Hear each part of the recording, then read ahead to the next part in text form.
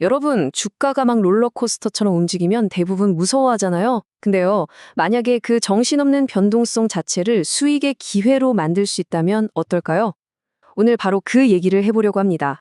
금호석유화학의 2025년 실제 데이터를 가지고 와서 이 혼란스러운 시장의 파도를 타는 특별한 투자 전략을 한번 제대로 뜯어보겠습니다. 자, 본격적으로 시작하기 전에 이거 하나는 꼭 짚고 넘어가야 합니다. 중요한 약속 3가지인데요.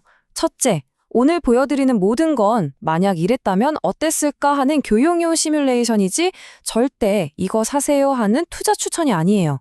둘째, 아시겠지만 과거 데이터가 미래 수익을 보장해주진 않죠? 그리고 마지막으로 제일 중요한 거, 모든 투자의 최종 책임은 누구에게? 바로 여러분 자신에게 있다는 점 꼭 기억해 주세요. 오늘 우리가 함께 살펴볼 순서는 이렇습니다. 먼저 2025년의 금호석유화학이 보여준 그 엄청난 N자 파동을 분석해 보고요. 그때 주가가 정말 쌌던 건지 그 가치를 한번 파헤쳐 볼 겁니다. 그리고 이 변동성을 공략했던 핵심 전략, 세븐 스플릿이 과연 어떻게 작동했는지, 마지막으로 이걸 통해 우리가 얻을 수 있는 결론은 뭔지 차근차근 알아보겠습니다. 네. 다시 한번 강조하지만요, 오늘의 목표는 어떤 특정 주식을 추천하는 게 아닙니다. 어떤 상황에서든 우리가 적용해 볼 수 있는 투자 원칙이라는 렌즈로 시장을 어떻게 바라볼 것인가, 그걸 배우는 데 초점을 맞출 거예요. 자, 이제 오늘의 주인공이죠. 금호석유화학을 한번 만나보겠습니다. 2025년, 이 주식은 투자자들한테 정말 엄청난 숙제를 안겨줬어요. 바로 극심한 변동성이라는 숙제였죠. 이 차트 한번 보시죠. 정말 기가 막히지 않나요? 주가가 확 올랐다가 깊게 푹 꺼졌다가 다시 그 전 고점을 뚫고 확 올라가는 게 딱 알파벳 N자 모양이잖아요. 바로 이런 예측 불가능한 움직임이야말로 오늘 우리가 분석해볼 전략의 완벽한 시험대라고 할 수 있겠습니다. 이 격동의 1년을 딱 4장면으로 한번 요약해 볼게요. 1월에 9만 원대에서 희망차게 출발했죠. 그리고 3월에는 막 환호성을 질렀는데 이게 웬걸? 9월에는 아찔할 정도로 주가가 빠져버립니다. 아마 이때 투자자들 마음이 새까맣게 타들어갔을 거예요. 그런데 거짓말처럼 바로 다음해 1월에 새로운 역사를 써버립니다. 와, 진짜 투자자들 심장을 들었다 놨다 한 그런 한 해였죠. 우리가 어떤 화려한 트레이딩 전략을 쓰기 전에 반드시 가장 먼저 확인해야 할 게 있습니다. 그래서 이 자산 자체가 튼튼한가 하는 거죠. 모래 위에는 성을 지을 수 없잖아요. 기본이 탄탄해야 한다는 겁니다. 2026년 1월 주가는 13만 5,200원, 연중 최고가예요. 아마 대부분의 사람들은 와, 이제 너무 비싸다, 꼭대기다 라고 생각했을 겁니다. 그런데 말이죠. 우리 같은 분석가들은 여기서 질문을 던져야 합니다. 과연 그럴까요? 이 기업의 진짜 가치는 얼마였을까요? 그래서 저희가 S림이라는 가치평가 모델을 한번 돌려봤습니다. 이게 좀 복잡해 보일 수 있는데 생각보다 간단해요. 뭐냐면 이 회사가 지금 당장 문 닫으면 주주한테 주당 얼마가 돌아가나, 즉 BPS, 그리고 그 자본으로 얼마나 알차게 돈을 버나, ROE, 이 2가지를 주로 봐서 적정 주가를 계산하는 방식입니다. 자, 그래서 계산 결과는 어땠을까요? 정말 놀라웠습니다. 이 모델이 평가한 금호석유화학의 적정 가치는 무려 17만 5,700원이었습니다. 당시 주가보다 훨씬 아주 높은 가격이죠. 바로 이겁니다. 이게 핵심이에요.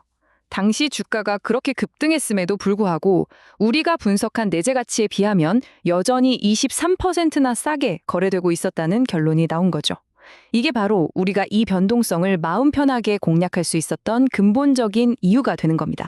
자, 이제 이 분석의 심정보로 한번 들어가 보겠습니다.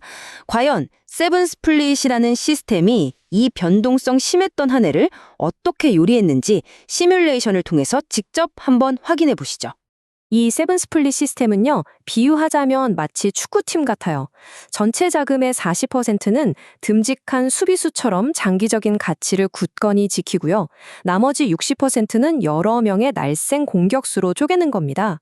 그래서 주가가 훅 빠질 때마다 이 공격수들이 투입돼서 단기적인 기회를 잡아 골, 그러니까 수액을 만들어내는 그런 방식이죠.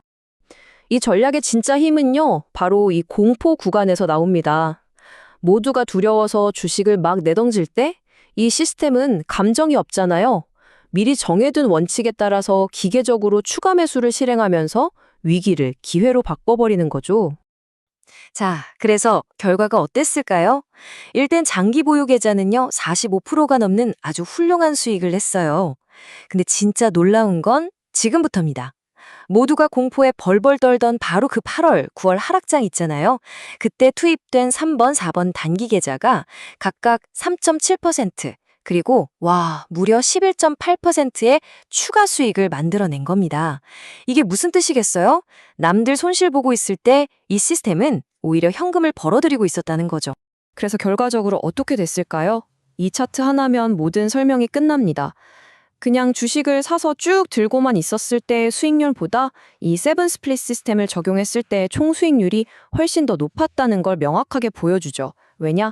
하락장에서 벌어들인 추가 수익이 전체 성과를 위로 쭉 끌어올린 겁니다. 자, 과거 분석을 통해서 이 전략이 꽤 괜찮다는 걸 확인했어요. 그럼 이제 미래를 대비해야겠죠?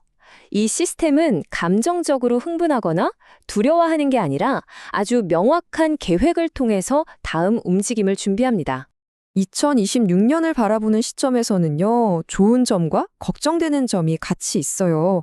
타이어 업황이 좋아진다거나 하는 강력한 호재도 있지만 단기간에 너무 급등해서 조정을 받을 수 있다는 리스크도 분명히 존재하죠.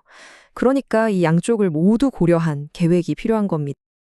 그래서 2026년의 실행 계획은 아주 명확합니다. 첫째, 우리의 든든한 수비수, 장기 계좌는 굳건히 자리를 지킨다. 둘째, 그리고 이게 가장 중요한 원칙인데요. 단기 계좌는 절대 올라가는 걸 뒤쫓아 사지 않고 현금을 꽉 쥔 채로 다음 기회를 기다린다. 이게 바로 그물망 전략이라는 겁니다. 마치 어부가 고기가 지나갈 길목에 미리 그물을 쫙 쳐놓는 것처럼요. 주가가 혹시라도 하락할 수 있는 여러 가격대에 미리 매수 주문을 걸어두는 거예요. 감정적으로 하다가 사는 게 아니라 계획에 따라 기회를 낚아채는 거죠. 이 전략가의 결론이 모든 걸 말해줍니다. 투자는 감정의 영역이 아니라 인내와 원칙의 영역이라는 거죠. 지금의 이 기쁨은 과거의 인내에 대한 보상일 뿐이고 미래의 수익은 바로 오늘의 인내에서 시작될 거라는 아주 중요한 메시지입니다. 자, 이렇게 하나의 사례 연구를 쭉 살펴봤습니다. 주가가 눈앞에서 막 폭등하고 있을 때 여러분은 어떤 선택을 하시겠습니까? 흥분된 마음에 가지야를 외치며 추격의 유혹에 빠지시겠습니까? 아니면 다음 기회를 위해서 차분히 기다리는 인내심을 발휘하시겠습니까? 이 질문에 대한 여러분의 답이 바로 여러분의 투자 철학이 될 겁니다.